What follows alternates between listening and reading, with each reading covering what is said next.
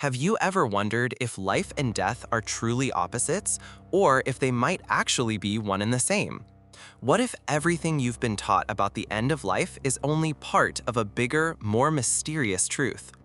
In today's video, we'll uncover the hidden layers behind life and death, exploring ancient wisdom, scientific insights, and spiritual revelations that will change the way you see existence itself. Buckle up, because what you're about to discover may just shock you to your core. Stay until the end to find out why death might not be an ending, but a doorway. We often think of life and death as two separate, opposing forces, but is that really true? From the moment we're born, we begin to change, decay, and transform. Cells die and regenerate, emotions fade and resurface, and experiences come and go. Life is not a static condition, it's a process that constantly brushes against death.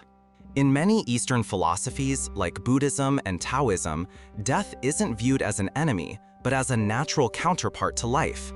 The yin-yang symbol itself reflects this unity. One cannot exist without the other. Western science is also catching up, recognizing that death plays a critical role in sustaining ecosystems, evolution, and even our own bodies. Think about it. Your immune system triggers cellular death to keep you healthy. So perhaps death isn't the opposite of life, but a part of it. A phase, a continuation, a transformation. Modern science and near-death experiences have started to paint death in a very different light, not as an abrupt end, but as a transition. Countless individuals who've experienced clinical death report feelings of peace, light, and a sense of continuity beyond the physical body. While skeptics dismiss these experiences as hallucinations, others argue that they hint at a deeper truth we've only begun to explore. Quantum physics even suggests that consciousness might not be fully confined to the brain. Could this mean that when our body dies, consciousness carries on in another form or dimension?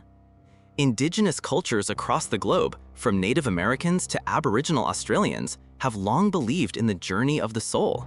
To them, death is simply a shift in awareness, not a disappearance. If we embraced this view, might we live with less fear and more purpose? Let's look at this from a purely biological standpoint. Death is essential for life to continue. It sounds contradictory, but think about it. Plants die to enrich the soil for new growth. Animals become nutrients in the food chain. Even our own body is a result of countless life and death cycles, from dying cells to old habits and memories we shed over time. Without death, ecosystems would collapse, evolution would stall, and innovation in nature would freeze. Consider apoptosis, a form of programmed cell death. It's how our bodies sculpt themselves, like removing the webbing between our fingers as embryos. Death is not a bug in the system, it's a feature. Life is a dynamic process that thrives on recycling, letting go, and regenerating. Without death, life would lose its motion and meaning. Spiritual traditions across time have emphasized the illusion of separation between life and death. The Bhagavad Gita, one of Hinduism's sacred texts, teaches that the soul is eternal and only the body dies. In Christianity, Jesus' resurrection represents the victory over death. In Sufism, the mystical side of Islam, death is seen as a return to the divine. These teachings don't deny the pain of death, but they challenge the idea that it's final. Meditation, prayer, and mystical experiences often reveal a sense of oneness, where time, self, and separation dissolve. People report feeling connected to something far greater than themselves, something that continues beyond bodily death. Could it be that our modern fear of death stems not from reality, but from losing touch with these ancient understandings? If life and death are truly one, then how should we live? This perspective can revolutionize everything, from how we handle grief to how we chase our dreams. When we see death not as an end but a transformation, we fear less and appreciate more. We might become bolder, more compassionate, and more connected to the present moment. Life becomes precious not because it's fleeting, but because it's part of an eternal cycle. It also means letting go is a form of growth, not just a loss. Whether it's letting go of people, phases of life, or even parts of ourselves, we can learn to see death in all its forms as a teacher. Not something to dread, but something to honor. a truth that empowers rather than paralyzes. The fear of death isn't just biological, it's deeply psychological. Our ego, the part of us that forms our identity, clings to permanence. It defines itself through labels, name, career, status, possessions. So naturally, the idea of losing it all feels terrifying. But here's the twist: the ego is not who you truly are. Spiritual practices from Buddhism to Advaita Vedanta suggest that the ego is a construct, an illusion. What lies beyond it is pure awareness, untouched by time or death. When people experience ego death in meditation or during altered states of consciousness, they report overwhelming peace, clarity, and a sense of unity with everything. Death, then, could be seen as the final release of ego, not the end of the self. Understanding this can lead to liberation from fear, because if we aren't our ego, we don't die in the way we think we do. The you that you think you are may end, but the real you, the observer, the awareness, remains. Take a walk through a forest and you'll see it. Fallen leaves feeding the soil, decaying logs giving rise to mushrooms, predators hunting prey. It might seem brutal, but it's also profoundly beautiful. Death in nature isn't an interruption, it's a rhythm. Everything is interconnected. The death of one organism gives life to another. It's a cycle of transformation, not termination. Consider the monarch butterfly. It begins as a caterpillar, dies in the chrysalis, and emerges reborn. Death, in this case, is not destruction. It's a gateway to something greater. Nature doesn't mourn like humans do, because it understands that death is necessary and sacred. What if we adopted this perspective? Could we learn to see our losses as transitions rather than tragedies? Nature teaches us that death isn't failure. It's part of growth, evolution, and creativity. Reincarnation is one of the oldest spiritual beliefs in human history, appearing in Hinduism, Buddhism, Jainism, and even early forms of Christianity and tribal cultures. Could it be more than just mythology? Some researchers have documented thousands of cases of children recalling detailed past lives, facts that were later verified. While skeptics dismiss these stories, others argue they provide strong evidence that consciousness transcends death. Whether literal or symbolic, the idea of rebirth has deep psychological value. It teaches us that nothing is ever truly lost. Life continues in cycles, sometimes through our children, our impact, our legacy, or even, perhaps, our soul's return. Rebirth isn't just about coming back to life, it's about transformation. Just as the seasons cycle, so do we. Death may be less of an end and more of a turning page in a very long book. Many spiritual traditions suggest that the soul doesn't simply vanish after death, it travels. Ancient Egyptians believed in a journey through the underworld. Tibetan Buddhists speak of the bardo, a transitional state between death and rebirth. Modern spiritualists describe dimensions of light and energy where souls undergo healing, reflection, and evolution. Even those who have had near-death experiences often speak of being guided by beings of light or crossing into realms of unimaginable peace. Could it be that the soul is not bound by our physical world at all? If so, death might be less like closing a door and more like stepping through a portal. The idea isn't just spiritual fantasy, it's echoed in theoretical physics, which suggests the existence of parallel dimensions. Whether metaphor or reality, this vision gives hope. Life might just be one layer of a much greater journey. Grief is one of the most powerful and painful human emotions. It's natural to mourn those we've lost, but what if we changed the story we tell about death? Instead of seeing it as a cruel ending, what if we saw it as a sacred return? That doesn't erase the pain, but it can give it meaning. Celebrating the life lived, honoring the soul's journey, and trusting that love continues even beyond the physical can transform how we grieve. Many cultures hold rituals that don't just mourn the dead, they celebrate them. The Mexican Day of the Dead, for example, invites ancestors back to be remembered joyfully. Perhaps our sadness isn't just about loss, but about forgetting the greater cycle we're all a part of. Have you ever had a dream that felt too real, like a loved one visited you after death? Millions of people report vivid dreams, signs, or even direct encounters with the deceased. Psychologists often attribute this to the subconscious mind, But what if there's more to it? Across cultures, dreams have been viewed as portals between worlds. Some mediums and intuitive people even claim to receive messages from spirits. While mainstream science can't prove it, many find comfort and meaning in these experiences. They hint at a thin veil between worlds, one that may be more permeable than we think. Maybe the dead aren't as far away as we believe. Long before modern science, indigenous cultures had deep, nuanced understandings of life and death. In many Native American traditions, death is seen not as an end, but as a transformation of energy. The Aboriginal Dreamtime speaks of an eternal realm that connects the living and the dead. In African spiritual systems, ancestors play an active role in the lives of the living. These traditions honor the dead not with fear, but with respect and connection. Unlike the Western obsession with prolonging life at all costs, indigenous wisdom teaches acceptance and reverence. What can we learn from these worldviews? Perhaps it's time to rediscover this ancient knowledge and bring balance back to our view of death. Despite all our advancements, modern society fears death more than ever. We hide it in hospitals, avoid talking about it, and view aging as a disease to be cured. Why? Part of it is our deep attachment to materialism and youth. Another part is our lack of spiritual grounding.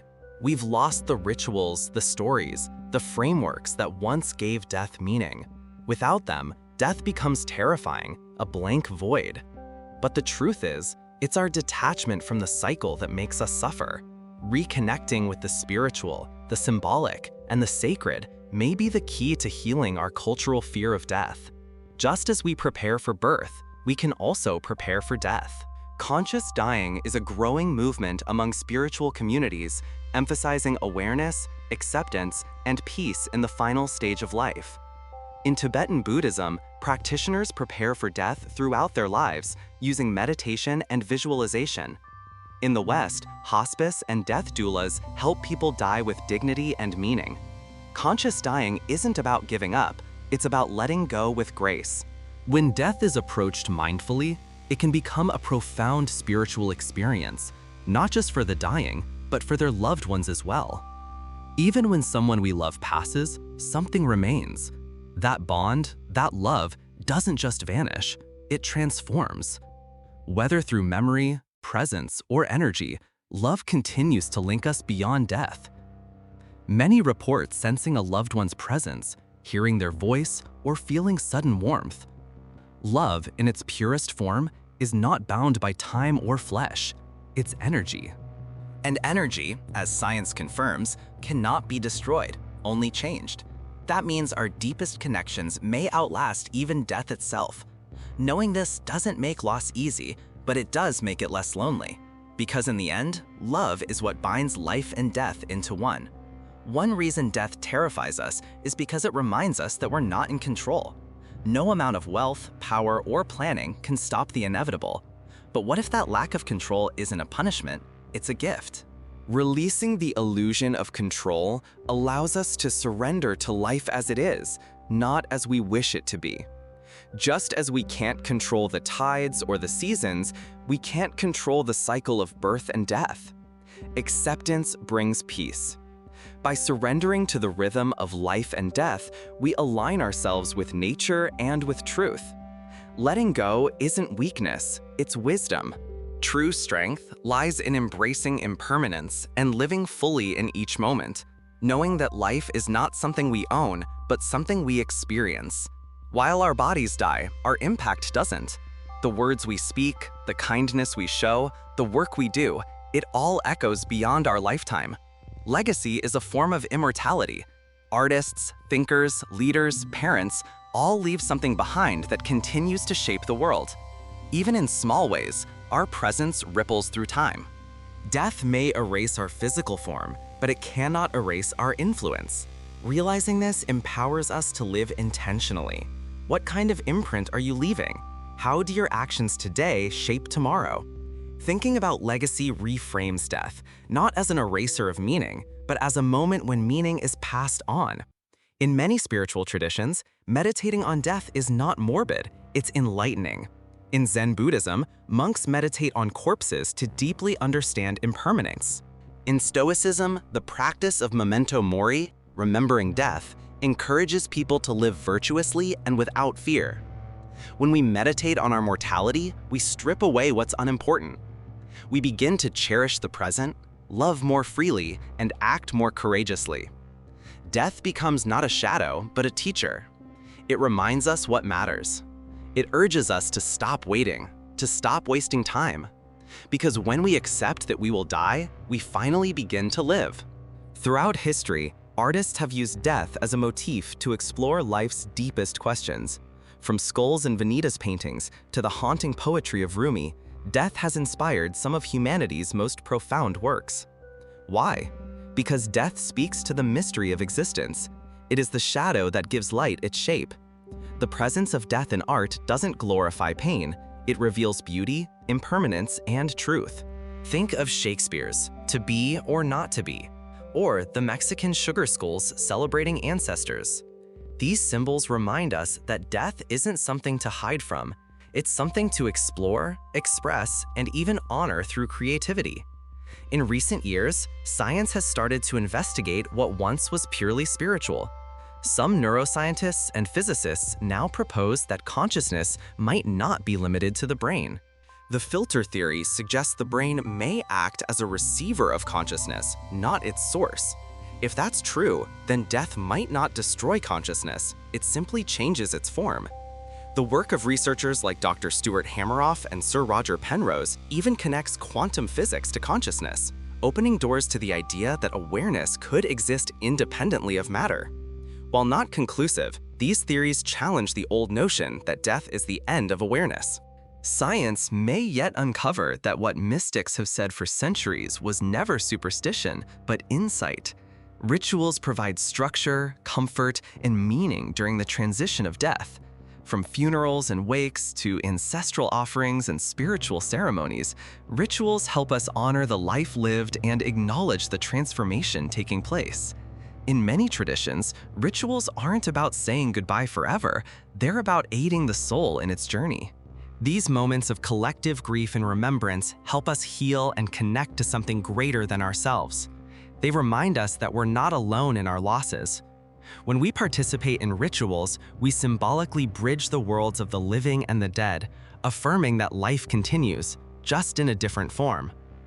Much of our fear of death is rooted in attachment to our bodies, relationships, possessions, and identity. But when we look closely, everything we cling to is impermanent. Buddhist philosophy teaches that attachment is the root of suffering, and that true peace comes from letting go.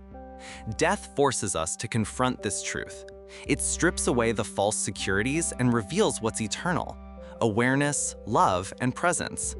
Practicing non-attachment doesn't mean we stop loving. It means we love without fear of loss.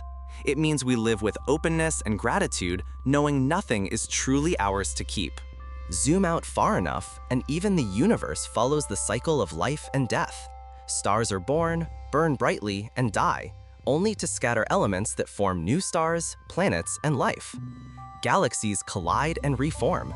Scientists speculate that even the universe itself may undergo cycles of expansion and contraction, cosmic death and rebirth. These cosmic patterns mirror what we experience on the micro level. Everything is part of a larger rhythm. Life and death are not accidents. They're woven into the very fabric of the cosmos. You are not separate from this rhythm. You are it. Interestingly, young children often have a more peaceful, accepting view of death, especially before they've been taught to fear it. Many speak of deceased loved ones as if they're still nearby. Some remember past lives, or speak of before they were born. While skeptics write this off as imagination, others see it as untouched intuition. Children are less conditioned to see death as final or tragic. They often perceive the world more holistically, sensing that life continues in unseen ways. Perhaps we can learn from their openness and unlearn some of the fear we've been taught. Nothing lights a fire under us quite like remembering that time is limited. Death teaches urgency, not in a panicked, anxious way, but in a clarifying, motivating way. When we embrace death, we stop procrastinating on our dreams. We tell people we love them. We take risks, We live now because now is all we have. Death gives life its intensity. It's not a curse, it's a catalyst.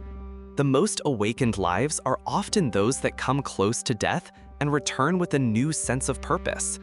You don't have to wait for tragedy to wake up. You just have to remember, you're alive, now. Live accordingly.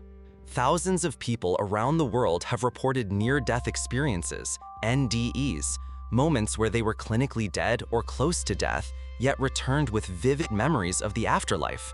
Many describe floating above their bodies, moving through a tunnel, encountering deceased loved ones, or being enveloped in unconditional love. Remarkably, these stories are consistent across cultures and ages. While science often attributes NDEs to brain chemistry during trauma, others argue they provide glimpses into a dimension beyond the physical. Regardless of the explanation, one thing is clear: people who return from NDEs often lose their fear of death. They live with more compassion, purpose, and peace. These profound experiences suggest that death may not be a void, but a return to something familiar, even divine.